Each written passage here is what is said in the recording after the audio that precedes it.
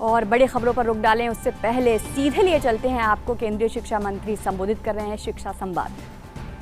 जो पाठ्यक्रम 30% का कम हुआ है उन्हीं सभी प्रश्नों के अंदर अंदर वो समाहित होगा, तो इसलिए आपको किसी प्रकार की चिंता करने की जरूरत नहीं है।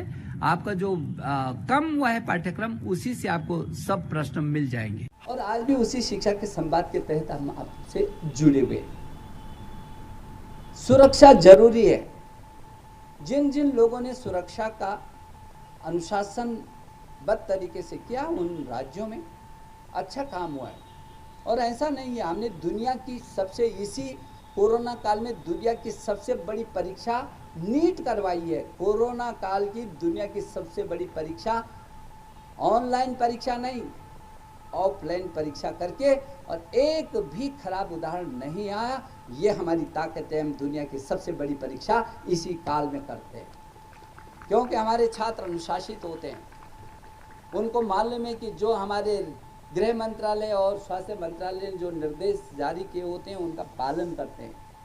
जिन राज्यों ने भी अपने स्कूलों को खोला है और जिन्होंने उस गाइडलाइन का क्या है स्वीटी प्रज्ञता, उस गाइडलाइन को सब जगह भेजा है, तो जिसने भी उसका पालन किया है वो दिक्कत में नहीं आया है। और आप तो मालूम है आपको कि हम अपने देश के यशस्वी प्रधानमंत्री नरेंद्र मोदी जी, जिन्होंने कि दुनिया में कई अभूतपूर्व इस बीच बहुत सारे ऐसे उदाहरण प्रस्तुत किए हैं जो दुनिया के लिए प्रेरणा का स्रोत बने हैं।